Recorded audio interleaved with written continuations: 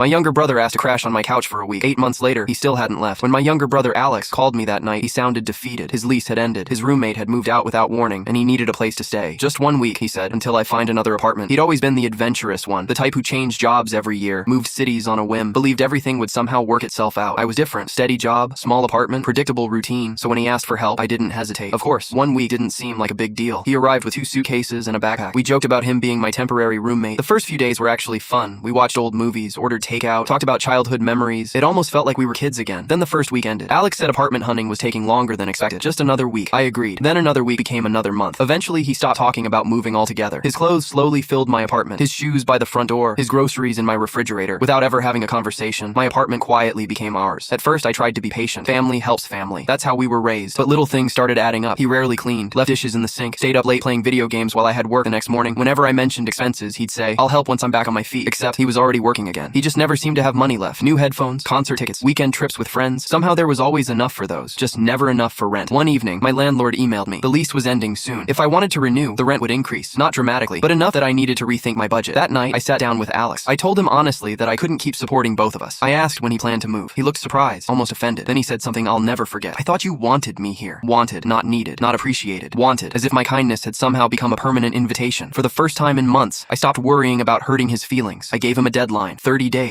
No arguments, no negotiation, just enough time to make a plan. He barely spoke to me after that. Exactly 30 days later, he packed his things. Before leaving, he said, "I didn't think you'd choose money over family." I almost answered, but then I realized something. This was never about money. It was about responsibility. Helping someone through a difficult season is one thing. Becoming responsible for a life they no longer seem interested in managing is something completely different. Alex eventually found his own apartment. We still talk. Birthdays, family holidays. The relationship recovered. But one lesson stayed with me. Generosity without boundaries doesn't always create gratitude. Sometimes it creates expectation. So here's the question. If helping someone slowly turns into supporting them indefinitely, are you being kind, or are you making it easier for them to avoid standing on their own?